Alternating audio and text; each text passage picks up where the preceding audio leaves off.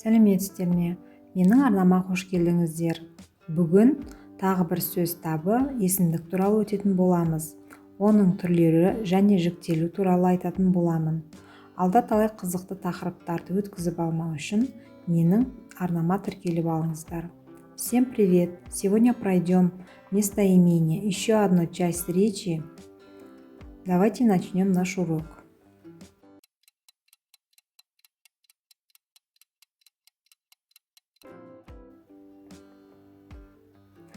Сонымен есімдік дегеніміз не? Ол заттың атауын, оның мөлшерін, санын білдіреді, бірақ атауын атамайды. Бұл ежелгі славяндықтардың термині болып табылады. Ол сөздің орнына қолдану деген мағынаны білдіреді.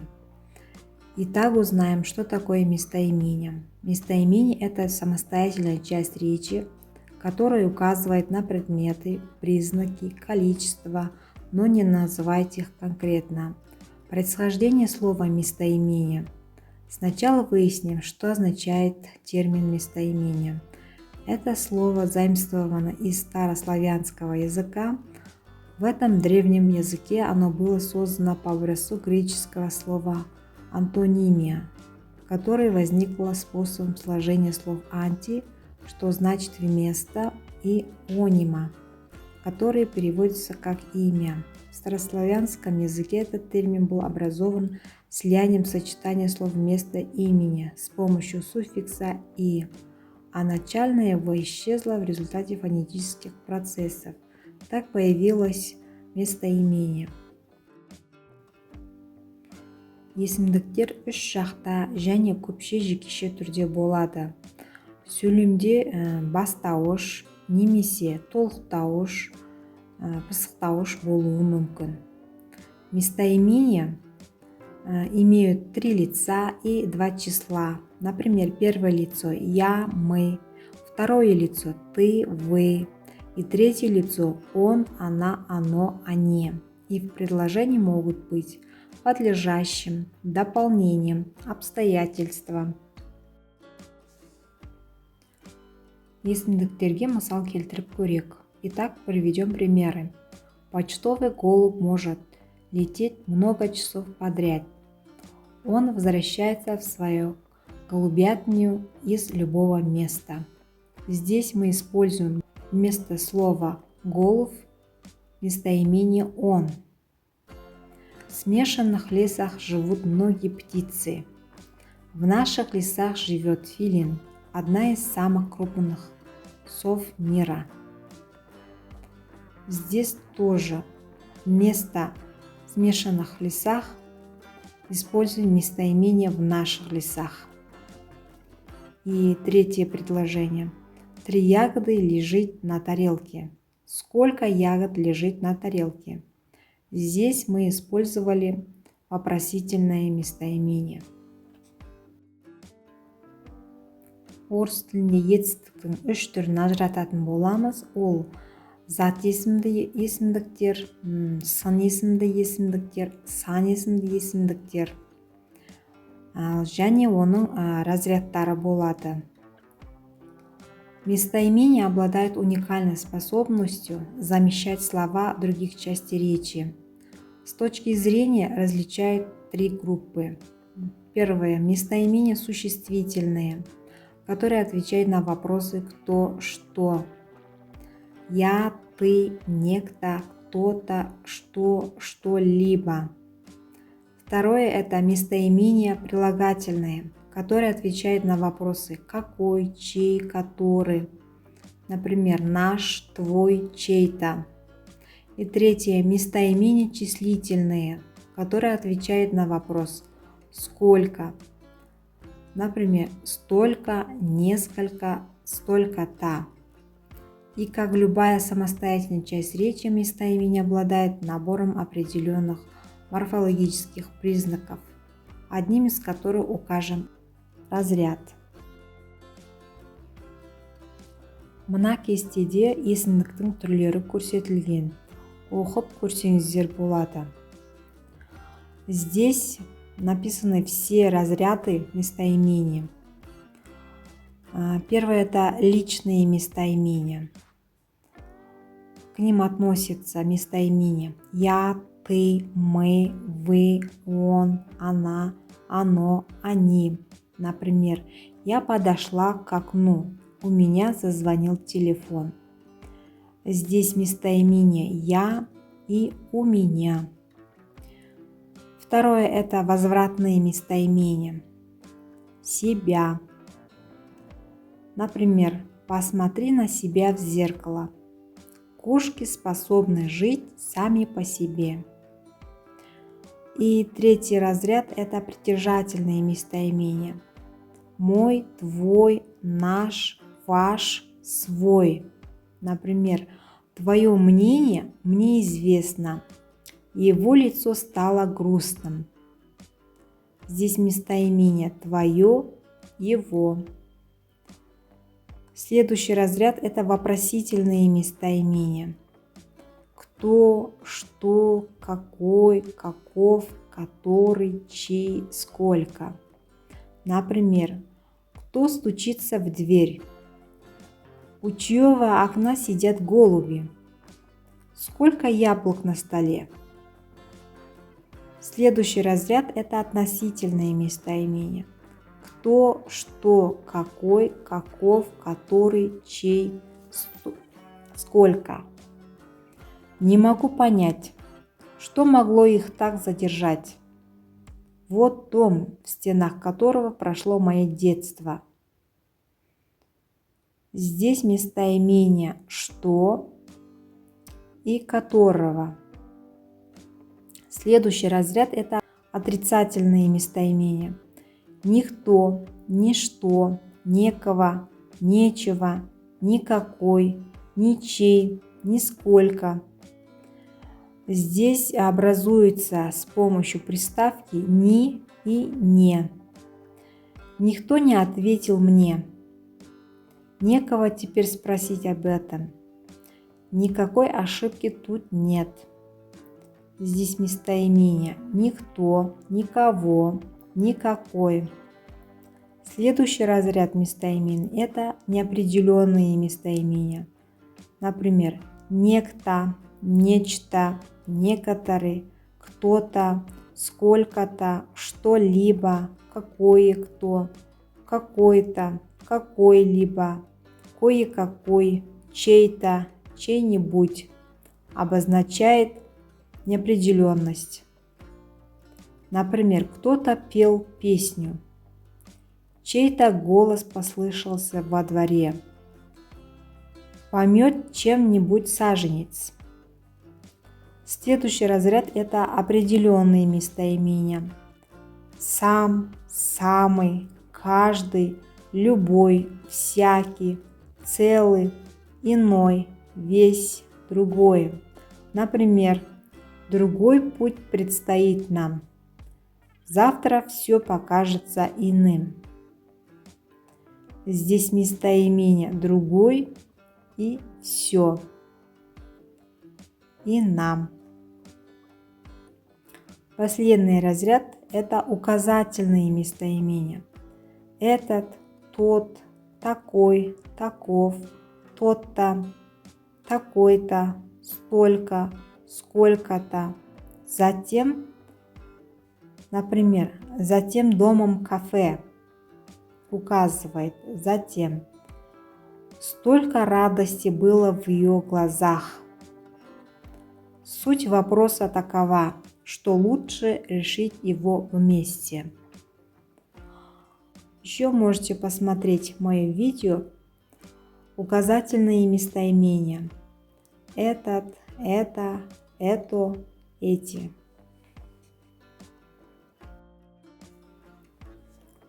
Есімдіктер падежде, родта, числода өзгеретін болады.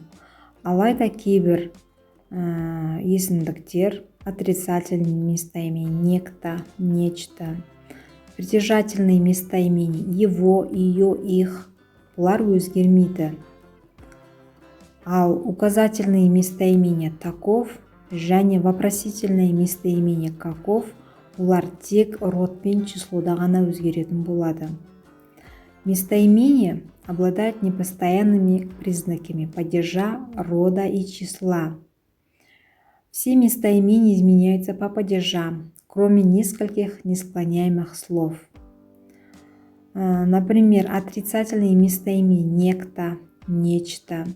Притяжательные местоимения «его», «ее», «их» не изменяются.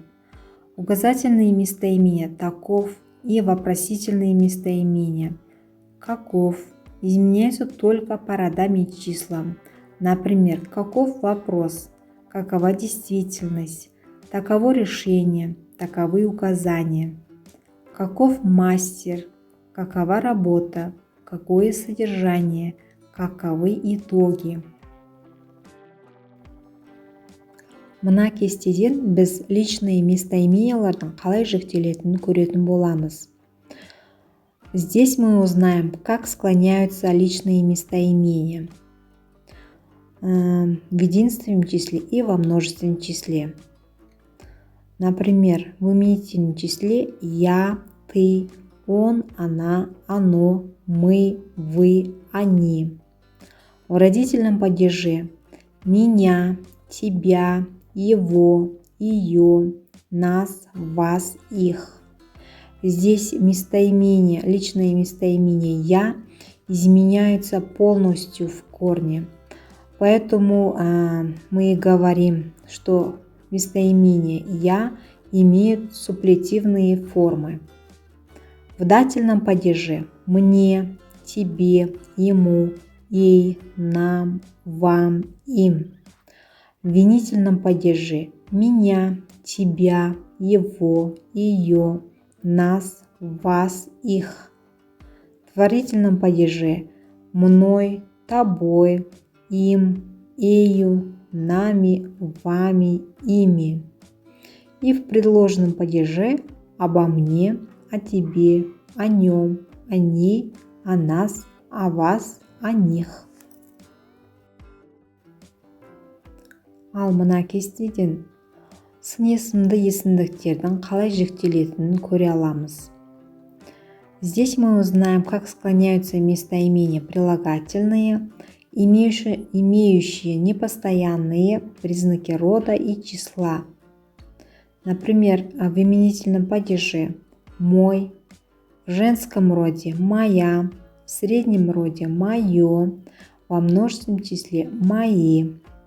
В родительном падеже моего, моей, моего, моих. В дательном падеже моему, моей, моему, моим.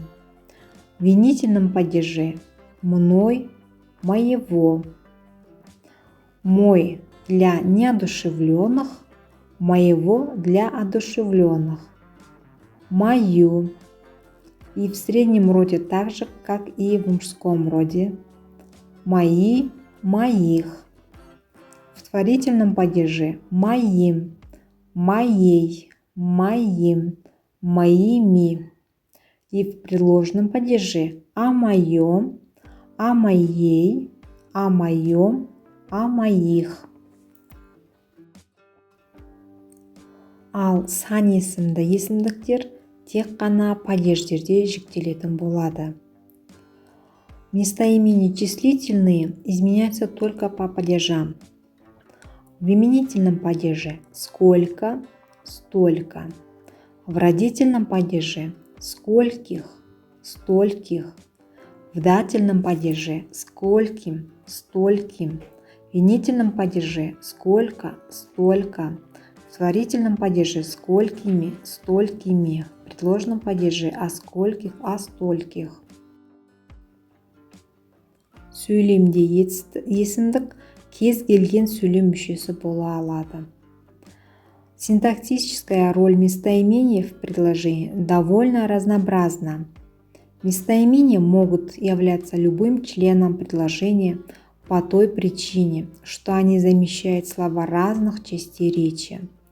В зависимости от того, что они замещают в речи, существительные, прилагательные и числительные, и какой член предложения поясняют, местоимения выполняют синтаксическую роль подлежащего именной части сказуемого, дополнения, определения и обстоятельства. Мына мысалдардан қандай сөйлем мүшелері бола алатынын көруге болады. Итак, посмотрим на эти примеры.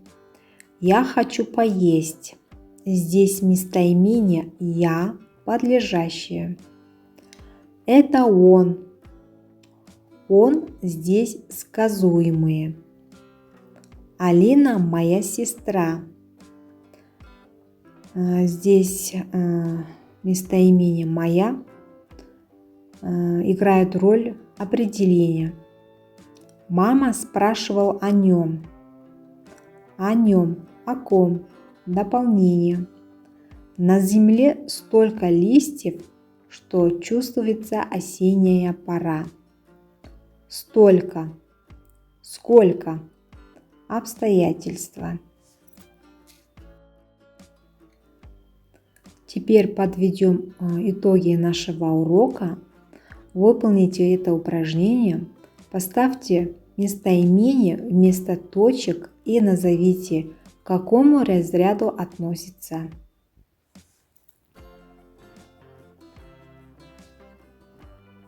Можете написать ответы в комментарии. Если выполнили, давайте посмотрим на правильный ответ. В первом предложении я использовала местоимение «твой». Твой ответ был для нас неожиданным. Это притяжательное местоимение. Во втором я использовала личное местоимение «я». Я с детства мечтаю о путешествии в горы. В третьем предложении я использовала местоимение «там». Там виднелись маленькие огоньки. Это указательное местоимение. Мама позвала меня домой. Меня стоит в родительном падеже. Это личное местоимение. Который сейчас час. Это вопросительное местоимение. Это оно. Это личные местоимения. Стоит в среднем роде. Весь день меня не будет дома. Здесь местоимение весь, определенное местоимение и меня стоит в родительном падеже, личное местоимение. Сколько времени уйдет на приготовление ужина? Сколько? Это вопросительное местоимение. Кто-то стучит в дверь. Кто-то здесь неопределенное местоимение.